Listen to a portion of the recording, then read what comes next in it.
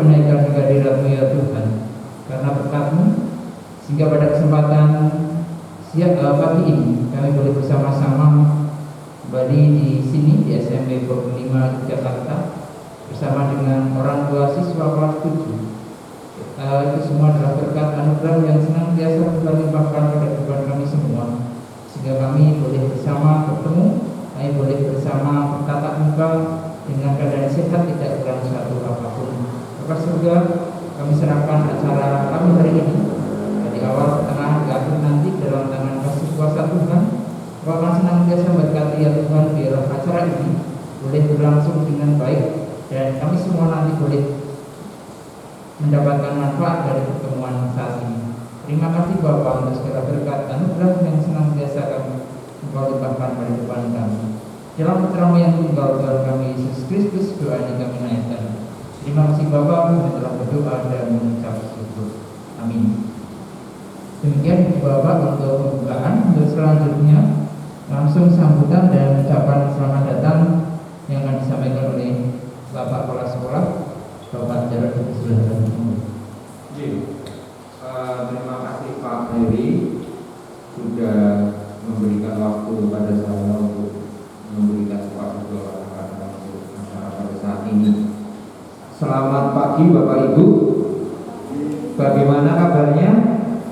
Baik, terima kasih. Nah, ini adalah wujud perhatian dari Bapak Ibu semuanya bisa di tempat ini.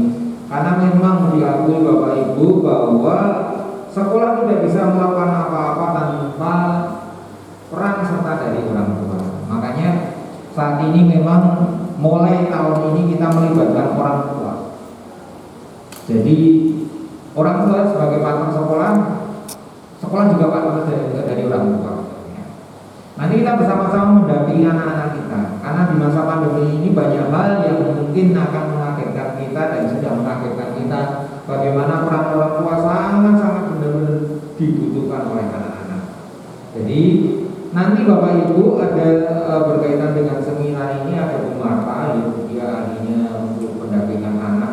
Saya mohon nanti memang saya minta Bu Marta sedikit saja memberikan materi, tetapi saya kepengennya dari orang tua ini mengungkapkan apa yang jadi permasalahan dari Bapak Ibu ketika mendampingi putra putrinya, sehingga nanti Bu Marta akan mencoba memberikan sebuah pandangan atau solusi untuk kita semuanya bisa lakukan di rumah ketika kita mendampingi putra putri kita. Kira-kira bagaimana Bapak Ibu ketika mendampingi putra putrinya, pusing atau tidak? Ya, itulah yang terjadi Bapak Ibu. Jadi ketika nanti kita akan bersama-sama menanyakan hal ini, kalau misalnya anak saya kok seperti ini terus bagaimana ya? Nah, ini harapan kami seperti itu, sehingga nanti kita dapat pencerahan atau sedikit sebuah masukan yang bisa kita lakukan di rumah kita.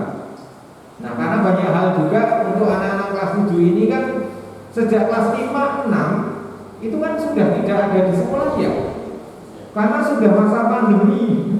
Ketika masuk kelas 7 ini yang terjadi ya masih kekanak-kanakan seperti SD. Nah, ini yang menjadi nanti jadi pemikiran kita bersama. Memang sudah SMP, tetapi karena kemarin itu tiba-tiba tidak masuk kelas 5 SD, kemudian tiba-tiba SMP, kan ya bingung ya gitu. Sehingga masa-masa remaja ini, masa-masa 12 tahun, 13 tahun memang masa-masa yang sangat rawan sekali, banyak pengaruhnya. Kalau kita tidak bisa mengontrol sebagai orang tua banyak hal, nanti anak-anak itu kepengennya sekarang itu kan biasanya non saya sok tahu ya, tapi kan mereka belum tahu. Sedikit-sedikit yang diinformasikan, apalagi sekarang sudah semuanya menggunakan gadget, buka YouTube, buka apa saja, apa yang ada di informasi di situ ya ditelan saja seperti apa adanya begitu, sehingga kadang-kadang kayak di orang tuanya gitu ya. Nah, sama gurunya ya tidak begitu loh, tapi kan sama orang tua biasanya kayak setengah mati. Nah, ini yang nanti apa yang seharusnya kita lakukan sebagai orang tua supaya nanti kita tidak begitu kewalahan. Semoga saja ini kegiatan ini bisa berguna untuk kita, dan saya juga harapkan karena ini kegiatannya juga sangat-sangat penting buat kita semuanya, khususnya Semoga saja Bapak Ibu, karena ini kan semuanya 35 Bapak Ibu. Tapi yang rapuh mungkin cuma seperti ini karena mungkin juga masih berjalan. Ya semoga saja nanti banyak orang tua yang datang ke sini untuk bersama-sama kita sharing bersama, ngobrol bersama, dan nanti kita mendapatkan sebuah solusi yang baik untuk mendampingi orang tua kita. Demikian Bapak Ibu, sepakat dua kata-kata saya, dan saya mohon maaf apabila nanti saya tidak bersama-sama di tempat ini karena ada undangan berkaitan dengan sekolah yang yang menerima tentang anak berkebutuhan khusus. Kalau di SMP 25 ini juga membuka, dan kami diundang di kompleks kantor gubernur itu untuk nanti kita akan sharing bersama berkaitan dengan sekolah-sekolah yang menerima adik. Begitu Bapak Ibu, mohon maaf ya nanti kalau saya tidak bisa mendampingi sampai berakhirnya acara ini. Itu saja yang ingin saya sampaikan. Tuhan memberkati kita semuanya. Matur nuwun, saya serahkan kembali kepada Pak Ibu. Baik, terima kasih Pak Jarod untuk ucapan selamat datang juga sambutan kepada Bapak Ibu dan pengarahan tentang apa yang akan kita lakukan hari ini. Bapak Ibu yang saya hormati, acara berikutnya adalah dari kurikulum.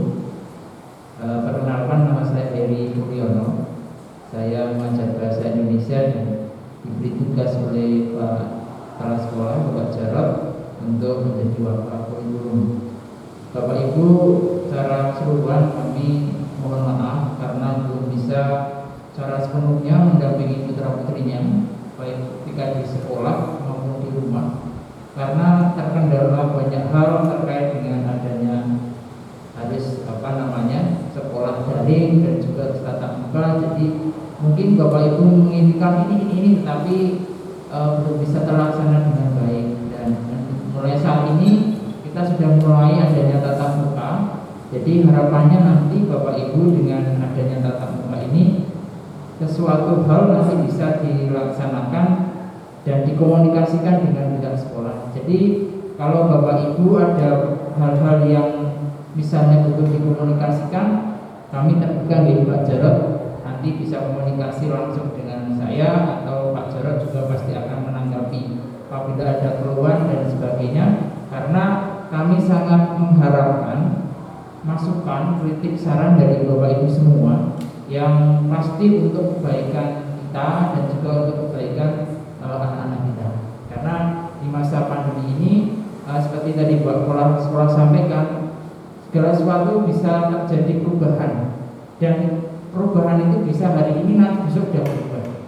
Termasuk mohon maaf ketika anak-anak untuk hari ini dan besok mengikuti asesmen, di mana asesmen ini untuk melihat bagaimana kondisi awal para siswa. Yang ini juga mendadak ya Pak Jarod, kami punya diberi informasi hanya seminggu untuk mempersiapkan segala sesuatunya, dan sebetulnya sudah ada beberapa yang bisa kita tangkap, tapi karena mungkin waktu juga nggak, jadi kami tidak bisa menyampaikan secara keseluruhan. Saya akan berikan gambarannya lagi, nggak ada 5 menit, saya akan berikan gambarannya seperti ini.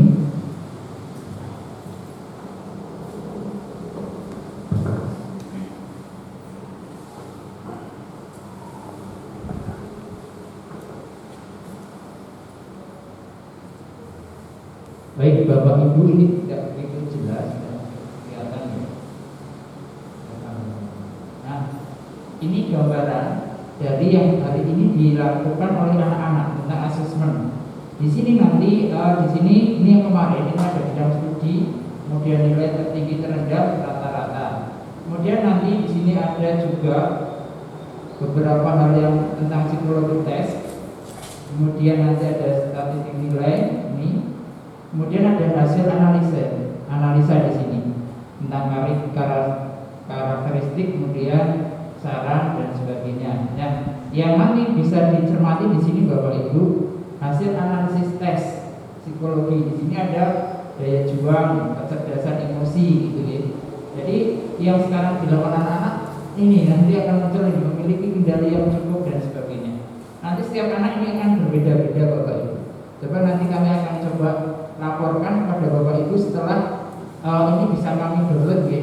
Karena hari ini kan baru pelaksanaan 2 hari, kemudian mungkin ada waktu 1 mingguan baru kita bisa download rapotnya. Nanti tentang ada motivasi, kecerdasan emosi, kemudian di sini juga ada contohnya ini matematika, di sini ada nilainya berapa, kemudian yang buat tuntas apa. Ini gambaran aja Bapak Ibu dari yang sudah ada dan hari ini dilaksanakan. Nanti akan lebih detailnya kalau kami sudah punya data yang lebih lengkap.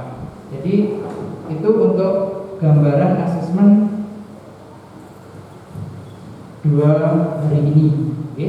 Paling tidak ternyata seperti itu yang direkam. Jadi memang cara ini digunakan mungkin untuk mengetahui dari awal bagaimana anak-anak tentang kehidupannya, pribadinya maupun tentang prestasinya. Itu sekali lagi tidak banyak yang saya sampaikan. Mari kita bersama-sama saling mendukung, saling bekerja sama untuk suksesan anak didik kita semua. Kalau Bapak Ibu ada kritik saran, silakan, saya terbuka untuk menerima itu. Kalau seandainya nanti sekolah bisa lakukan, ya kami lakukan. Kalau tidak, nanti kita akan komunikasikan dengan orang tua siswa dan juga sekolah. Nomor HP saya sudah ada di grup siswa, silakan nanti boleh kalau ada sesuatu komunikasi dengan kami. Jangan dipendam dalam hati ya.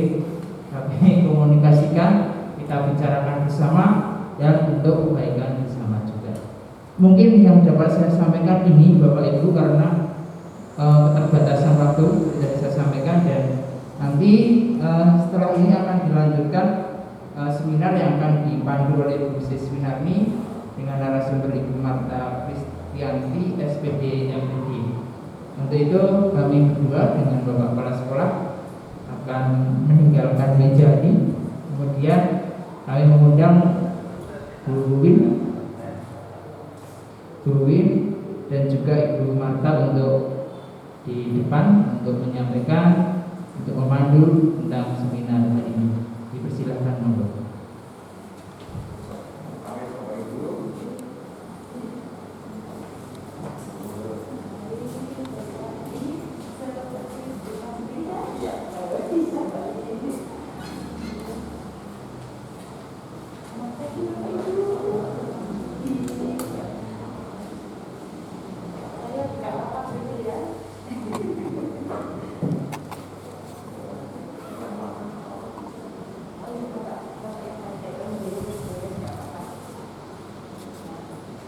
Selamat pagi Bapak Ibu orang tua siswa kelas 7.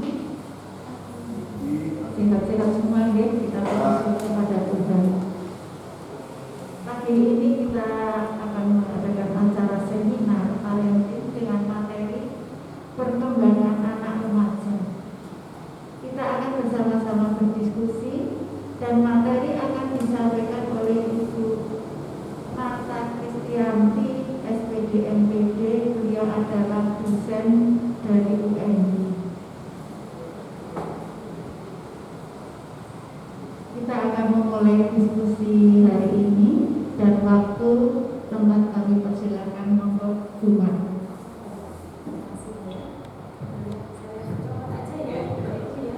Ya, baik, selamat pagi Bapak dan Ibu. Terima kasih Bu Win atas kesempatannya. Yang saya hormati Pak Jarod, kemudian Bapak Heri dan ayah atau Bapak Ibu semua. Saya buka masker sebentar ya untuk melihat ini loh muka saya. Penasaran nggak Bu? Mana tuh nanti ketemu di tukang sayur gitu ya. Ini saya. Oke, saya tutup lagi untuk mengurangi droplet ya.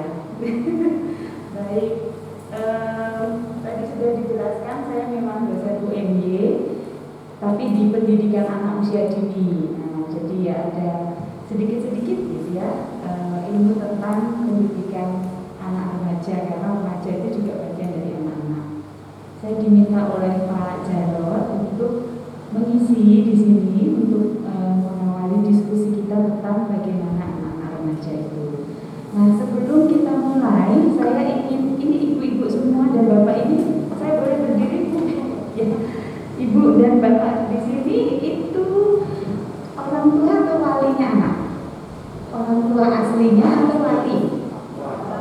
orang tua.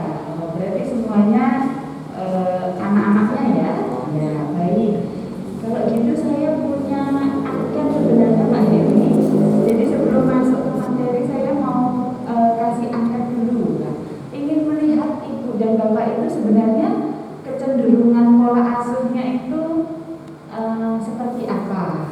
Karena nanti akan berkaitan dengan materi yang akan saya sampaikan. Gitu ya. Oke, saya kirim dulu ke Pak Jarod.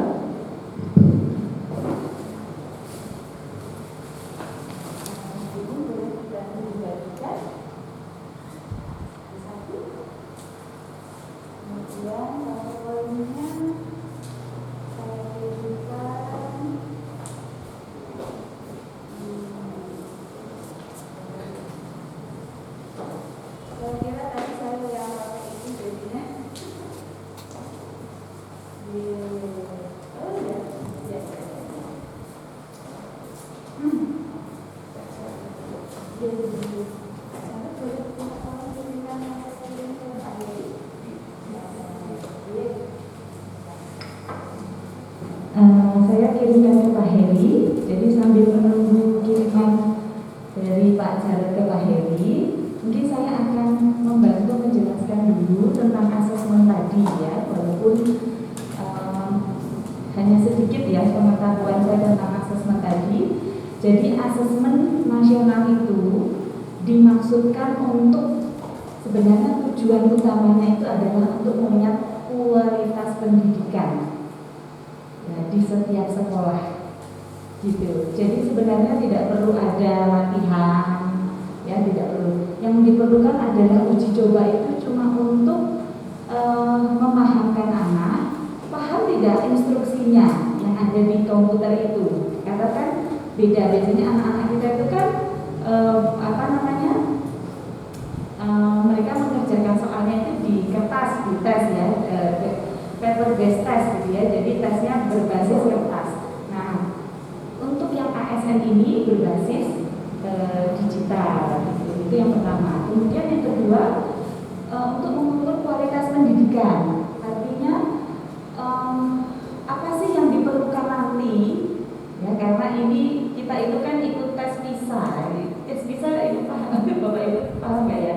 PISA itu mengukur kemampuan intelektual anak-anak kita itu diukur dari kemampuan bahasanya, jadi kemampuan literasinya.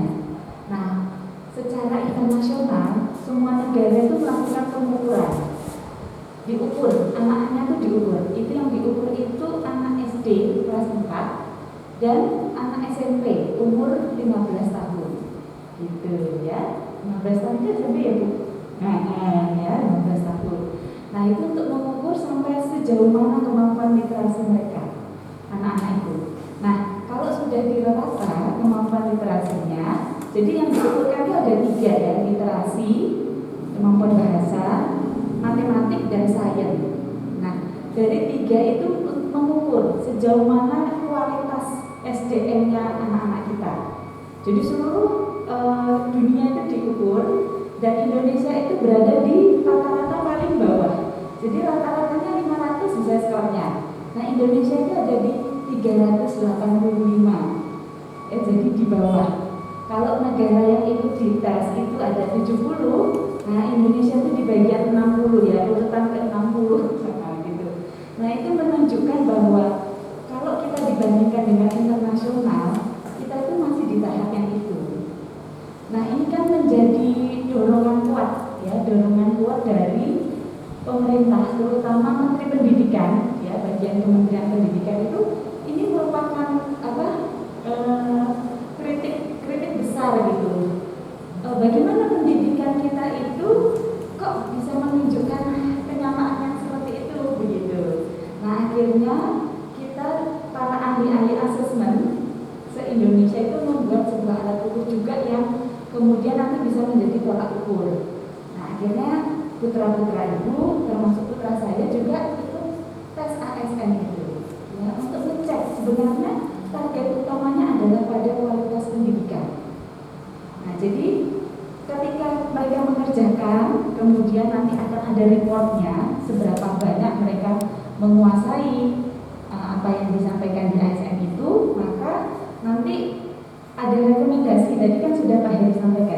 tindak lanjut. Nah, strategi belajar apa yang harus diterapkan atau dikembangkan oleh sekolah, pihak sekolah. Nah, jadi itu sebenarnya sebuah bentuk evaluasi apakah anak-anak kita itu sudah bisa tetap eksis gitu ya, memiliki kemampuan yang ada atau tidak gitu. Nah, jadi sebenarnya itu intinya dari ASN. Jadi Bapak Ibu nanti akan dikasih report, kemudian juga diberikan tadi kalau nggak salah ada 5 potensi ya Pak ya. Tadi yang disampaikan Bapak ada yang kemampuan daya juang dan sebagainya. Nah itu nanti dilihat apakah anak-anak kita itu punya kemampuan daya juang yang tinggi atau tidak, gitu ya, rendah atau tidak. Jadi nanti dia akan mengurutkan mana 5 karakter yang paling menonjol dalam diri anak atau kondisi profil anak kita. Nah dari kondisi profil anak kita itu sebagai guru dan orang tua itu perlu mendukung, karena item-item yang ada di sana itu merupakan kompetensi atau karakteristik keberhasilan mereka di masa yang akan datang, gitu. Jadi seorang yang punya daya juang yang tinggi itu pasti akan punya record ya, record pengalaman yang berbeda dengan yang mungkin tidak punya daya juang. Nah itu kita perlu membaca raportnya nanti. Rapotnya kita perlu baca dan pihak keluarga ataupun sekolah harus tetap bisa melayani atau memikirkan strateginya jika karakteristik itu belum muncul. Ya, jadi itu tadi yang saya perhatikan dari Pak Heri dan bagus sekali, sebenarnya itu bisa menjadi masukan buat kita semua. Oke, nah kembali kepada topik, saya ingin Ibu dan Bapak nanti mengisi. Bapak sudah dapat kertasnya? Sudah punya ballpoint? Apakah Bapak Ibu sudah punya ballpoint? Oh iya, baik. Bapak Ibu data sudah? Oh iya, kalau ada yang tidak punya ballpoint, boleh angkat tangan. Kalau nanti Bapak Ibu diminta untuk menulis skor-skor di sana, ya. Oke. Kalau Bapak merasa kedinginan dekat kipas angin, boleh pindah, nggak apa-apa Pak, atau kipas anginnya yang pindah. Ya, baik. Yang pertama nanti saya minta Bapak Ibu membaca pernyataan, kemudian Bapak Ibu menuliskan skornya. Kalau misalnya saya itu termasuk yang sering, atau yang selalu, atau yang tidak pernah, atau bahkan yang kadang melakukan itu, silahkan aja ditulis di sana. Ya, kita uji coba nomor 1 ya, Bapak Ibu. Ya, yang pertama, menuntut anak berprestasi di sekolah sesuai keinginan orang tua. Nah, pendapat Ibu apa? Apakah saya selalu begitu, sering begitu, jarang begitu, atau tidak pernah? Nah, silakan dituliskan di nomor 1. Ya. Oke, sudah Bapak dan Ibu. Ditulis angkanya saja. Ini angkanya mau. Nah, oke, baik. Nomor 2 ya, nomor 2. Memberikan pujian atau hadiah ketika anak menyelesaikan tugas meskipun belum maksimal. Ya, pilihan nomornya ya Bu, nomor 2 itu di samping kiri. Oke, nah, oke. Oke, baik, dan Bapak. Baik. Nomor 3.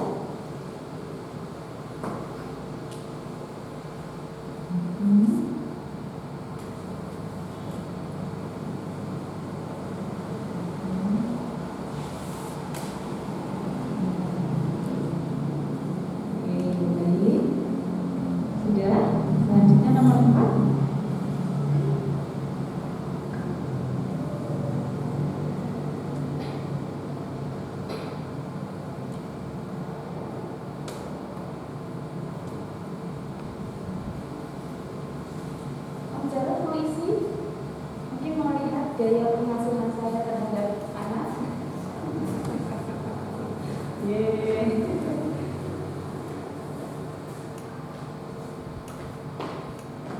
Kalau sudah, boleh lanjut. Nomor 5.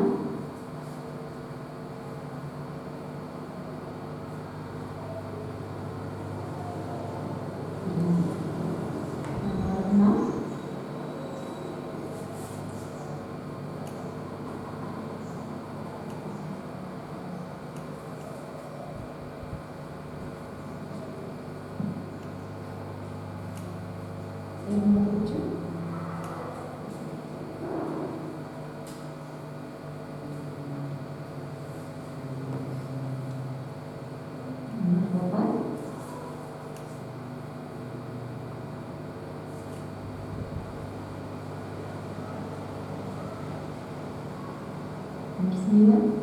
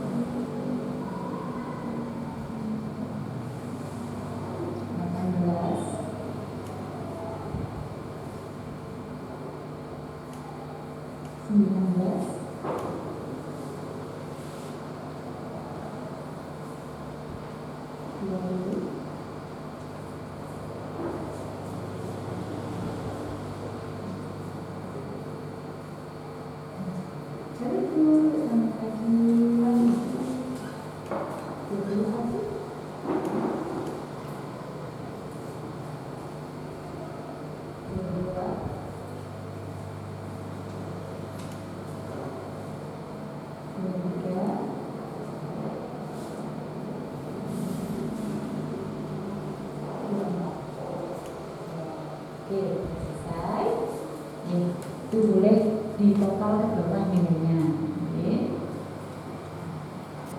Tapi saya mau pakai mural sebenarnya ya, cuma biar manual aja. Mau pakai itu HP tadi.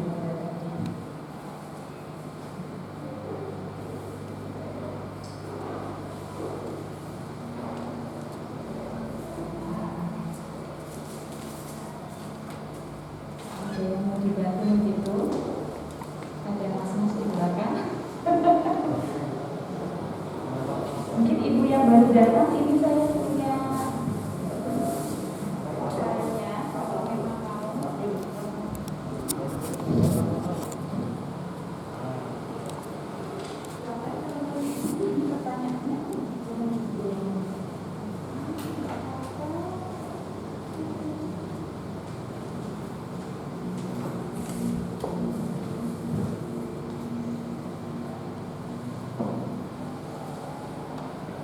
Ya, sudah selesai semua dihitung? Belum?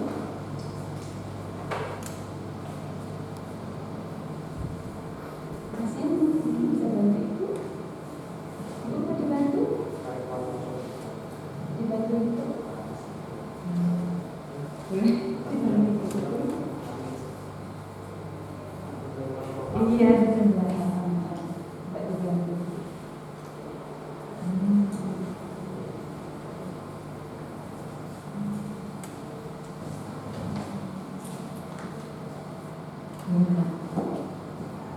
Jadi sebelum anaknya dites, bapak ibunya juga dites ya. Saya tuh sebenarnya nggak suka pakai masker ya, karena saya nggak bisa lihat bapak ibu tersenyum gitu. Karena kalau cuma mata saja itu kadang matanya kurang ekspresif gitu ya. Nah jadi caranya supaya bisa ekspresif itu belajar di depan cermin tuh Bu. Mulut sama hidungnya ditutup terus senyum. Nah, kalau kita orang yang tidak ekspresif biasanya tidak kelihatan di mata kita. Tapi kalau kita termasuk orang yang ekspresif ya, mampu mengekspresikan diri kita itu biasanya kelihatan dari matanya. Nah, gitu ya. Ini juga ya. Oke, baik, sudah. Ya, mungkin ada beberapa yang belum selesai atau yang sudah selesai. Baik. Siapa yang nilai skor paling sering? Itu yang paling besar. besar, adakah? Siapa yang paling kiri? Paling besar? Tidak ada. Oke, yang di tengah nilainya paling besar. Oke, 1, 2, 3, 4. Oke, yang paling kanan nilainya paling besar. Yang paling kanan. Yang nomor ketiga, siapa yang paling besar? Kok nggak ada yang jawab ini isinya coba. Oh yang tengah itu apa Bu? Oh yang tengah, jenengan apa Bu?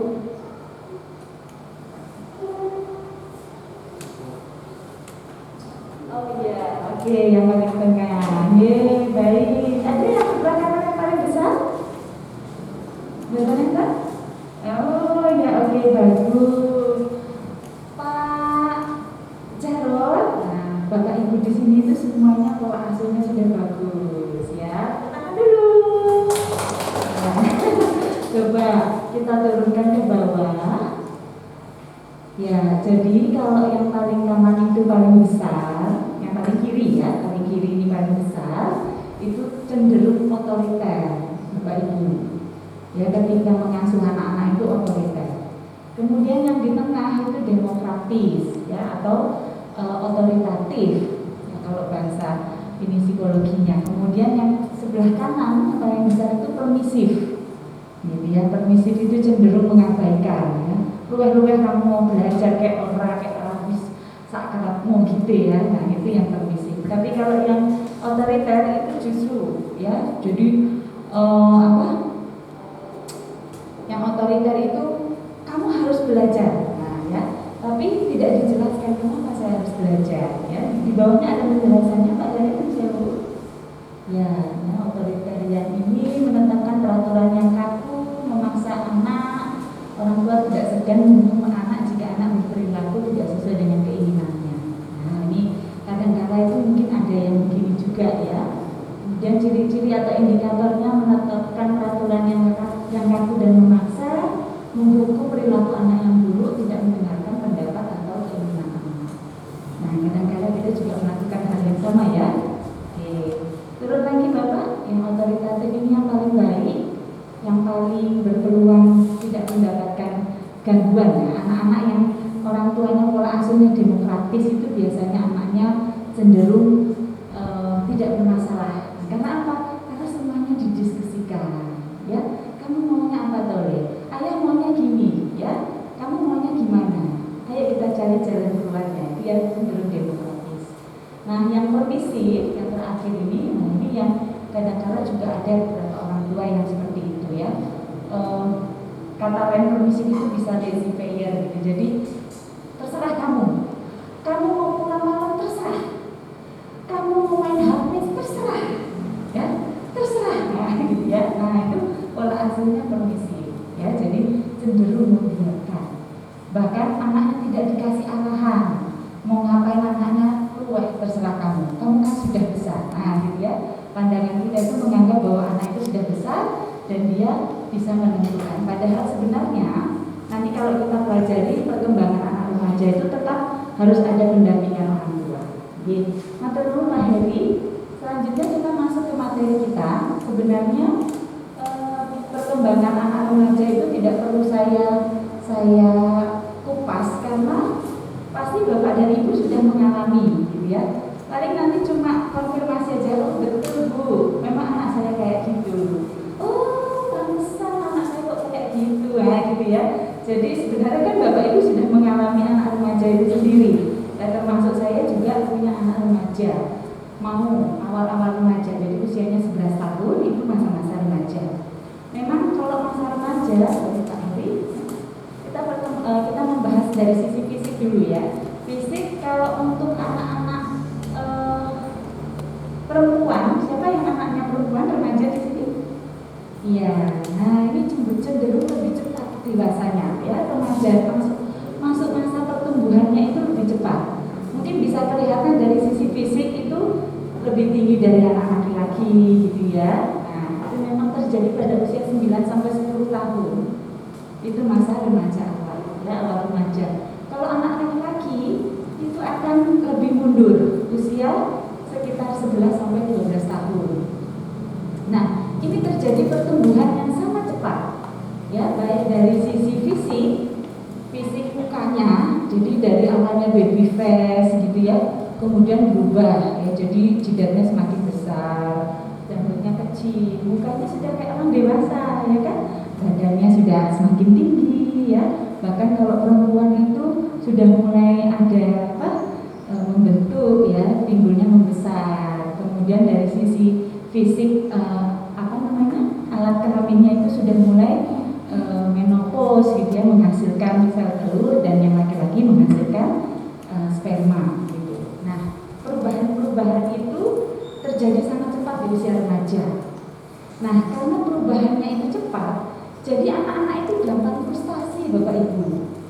Jadi dia itu serba salah dengan dirinya, gitu ya. Jadi saya membahas permasalahan anak itu karena perubahan secara fisik. Nah, ini dari sisi pertumbuhan atau perkembangan fisiknya. Jadi mungkin yang dulunya, ya, kalau dia lari itu bisa lincah, sekarang nggak bisa. Ya, jadi ada sesuatu yang membuat dia itu frustasi gitu. Ada keinginan, karena itu masa transisi, ya, dari masa anak-anak menuju dewasa. Jadi suaranya dari yang kecil menjadi besar. Ada perasaan yang tidak biasa dari sisi perkembangan emosi. Ya, dan di situ ada kematangan seksual, ya, ada dorongan seks estrogen itu membentuk bentuk tubuh, dan dari sisi perkembangan perkembangan sel telurnya juga semakin baik. Nah, kalau androgen itu suara jakun, gitu ya, tumbuh bulu-bulu di bagian-bagian tertentu. Nah, itu terjadi pada masa remaja. Ya, nah, mungkin itu juga yang dialami anak-anak kita, ya, ibu-ibu, ya. Nah, oke. Nah, kemudian pada usia ini dari sisi perkembangan fisik, anak-anak itu sudah menunjukkan semakin kuatnya dia. Ya, jadi karena badannya semakin besar, gitu ya. Jadi dia merasa penampilan fisik itu adalah bagian yang utama, gitu ya. Jadi mungkin kita agak sibuk nanti akan mengurusi anak-anak dari sisi penampilan. Jadi dia ini kok sukanya sekarang pakai topi, gitu ya, pakai parfum, gitu ya, mungkin pakai bajunya agak ketat, gitu. Nah, itu karena keinginannya untuk mengekspos, ya, jadi dirinya itu ingin kelihatan menarik, karena itu tadi dorongan seksualnya tadi itu, ya. Nah, dari sisi itu, ya, dari ada daya tarik seksual, anak-anak ini juga menunjukkan kekuatannya, jadi sudah mulai berani, karena dia merasa sudah agak besar, mungkin bahkan tingginya hampir sama seperti kita, gitu ya. Jadi dia merasa dirinya itu punya power yang sama, jadi dia itu punya keberanian, ketangguhan, gitu, yang hampir sama dengan orang dewasa, walaupun sebenarnya itu masih proses menanjak, gitu ya. Nah, ini dari sisi perkembangan fisik atau motorik. Kemudian lanjut, Bapak. Oke. Dari sisi perkembangan kognitif, nah, kognitif itu apa sih, Bu Marta? Kognitif itu yang bagian mikirin tentang matematika, gitu ya, mikir pemecahan masalah, itu bagian dari kognitif. Jadi kognitifnya itu sudah mulai masuk ke tahap yang kalau di tahap perkembangannya, saya buat yang sederhana saja, itu sudah bisa mikir kalau bendanya tidak ada, gitu ya. Jadi dia sudah bisa prediksi kalau awannya hitam, itu akan terjadi apa. Itu kan terjadi hujan, itu kan belum nampak, tapi dia sudah bisa prediksi. Nah, kenapa bisa terjadi begitu, Bu? Karena dia sudah punya pengalaman. Nah, maka dibatasi, ya, berpikir logisnya itu terbatas hanya pada masalah yang sudah dialami secara langsung. Tapi yang belum dialami dia belum bisa memikirkan itu. Jadi tetap harus ada pengarahan dari kita. Misalnya, aku mau ikut temanku naik motor malam-malam, misalnya gitu ya. Kan sekarang suka anak-anak geng-geng ini, ya, geng-geng naik motor misalnya. Lalu kita kasih tahu, jangan nanti kamu ditangkap polisi, kamu ini, gitu ya. Nah, tapi dia belum bisa pikir, karena apa? Dia belum pernah ditangkap polisi, gitu. Paham gak, Bu? Tapi dia sudah bisa paham kalau misalnya, kamu jangan pegang jarum itu panas. Nah, dia pasti tidak akan pegang, karena dia sudah pernah mengalami pengalaman memegang jarum yang panas. Jadi susahnya di situ. Karena apa yang kita pikirkan, orang dewasa pikirkan kan kita belajar dari pengalaman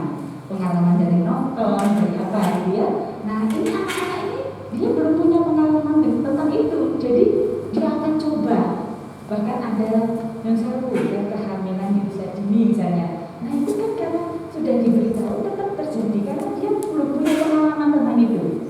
Jadi kita harus luar biasa untuk membantu mereka memahami. Kita pakai contoh-contoh yang konkret supaya dia paham dari sisi kognitif.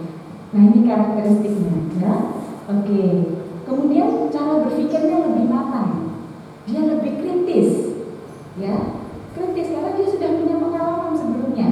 Oleh karena itu, kita juga harus hati-hati sebagai pendidik atau sebagai orang tua. Kadang-kadang kita itu juga dikritisi anak-anak. Nah, kritisnya misalnya, oh, mama bilangin aku nggak boleh main HP, mama jangan HP seharian gitu ya. Nah, dia akan belajar untuk mengkritisi. Bahkan dia nanti akan punya penolakan terhadap peraturan kita yang memang kelihatannya kita tidak melakukannya, gitu ya. Jadi ada gejolak di mana dia ngasih peraturan tapi kok dia melakukan sih, gitu ya. Jadi sudah punya pola kritis dan sudah bisa membedakan ini fakta atau cuma opini. Opini itu pendapat atau benar-benar sih, gitu. Jadi kalau kita ngasih tahu hal yang bohong, sebenarnya dia sudah bisa kritis. Ah nggak mungkin, gitu ya. Kayak gitu, ah nggak mungkin. Jadi polanya itu sudah kritis. Jadi kesannya nanti anak-anak itu akan sedikit membangkang ya. Kalau kita kasih tahu macam-macam yang belum kelihatan apalagi, nah dia bisa jadi nggak percaya, gitu ya. Nah itu pola pikir yang ciri khusus ya dari sisi perkembangan kognitifnya anak. Kemudian sudah bisa menafsirkan informasi yang sama yang diterima. Jadi kalau kita memberi informasi, anak-anak ini sudah bisa menerima informasi itu sama dengan anak yang lain, gitu ya. Jadi pola pikirnya sudah sama ya, kemampuan memahami informasinya sudah sama. Oke. Sikap kritis itu sama tadi ya, fakta dan opini, meragukan segalanya. Bahkan nanti ajaran-ajaran agama itu juga diragukan. Ya, apalagi melihat misalnya di gereja ada apa gitu. Gitu. Tapi kenyataannya nah itu anak-anak remaja itu kritisnya sampai sana. Ya, maka dia itu masa-masa yang sulit sekali karena kita itu betul-betul harus menunjukkan contoh yang real pada mereka dan konsisten. Nah itu yang membuat keberhasilan mendidik anak-anak remaja. Di beberapa hari selanjutnya. Nah dari perkembangan sosial emosional bagaimana? Itu tadi sudah kognitif sudah, fisik sudah. Nah bagaimana kemampuannya bersosial dan mengelola emosi? Remaja sangat emosional, perubahan suasana hati dan ledakan emosi itu bergejolak. Nah, jadi gampang frustasi. Apa yang membuat dia frustasi? Ya banyak hal tadi. Apa yang dia lihat dengan apa yang disarankan itu tidak sesuai, ya. Dia frustasi. Apa yang dia inginkan dengan kenyataan tidak sesuai, ya. Dia ingin itu seperti artis gitu ya, tapi apa daya keadaan keluargaku begini, dia frustasi. Gitu ya. Jadi banyak hal yang membuat dia frustasi dan gejolak emosinya itu berlangsungnya cepat gitu ya. Kalau anak-anak TK itu kadang juga begitu ya, di usia-usia 3-5 tahun, kadang nangis, kadang ketawa gitu ya. Nah, remaja itu juga gitu, tapi tidak diekspresikan dalam bentuk tangis dan tawa, tapi lebih ke dalam ya, bagian mental dalamnya. Jadi cenderung dia itu apa-apa salah gitu. Biasanya kita masak begini juga dia mau, tapi hari ini dia nggak mau. Nah, apa yang merasukimu? Ya jadi nyanyi ya. Apa yang merasukimu? Nah itu jadi perubahan emosinya itu labil sekali. Oleh karena itu usia remaja itu disebut emosinya masih labil. Nah, itu karena itu tadi. Jadi gejolak-gejolak suasana hati atau ledakan emosinya itu sangat cepat perubahannya. Kalau orang dewasa kan masih bisa direm ya. Kalau ada orang jalan ya sebenarnya dia nggak ingin pamer gitu ya, memang keadaannya gitu ya. Nah, tapi kalau untuk anak remaja di bawah sok-sokan, nah, bahkan terjadinya tawuran kan juga gitu ya. Ada motor blayer, nggak sengaja loh blayer itu mungkin ya. Terus akhirnya berantem gitu ya. Padahal kan sebenarnya nggak bermaksud blayerin dia mungkin ya. Nah kalau orang dewasa bisa berpikir gitu, mungkin dia nggak bermaksud begitu gitu ya. Nah kalau anak remaja enggak, ditantang ya, karena dia ingin menunjukkan kekuatannya. Anak-anak itu ingin menunjukkan kekuatannya ya. Oke, oleh karena itu perubahan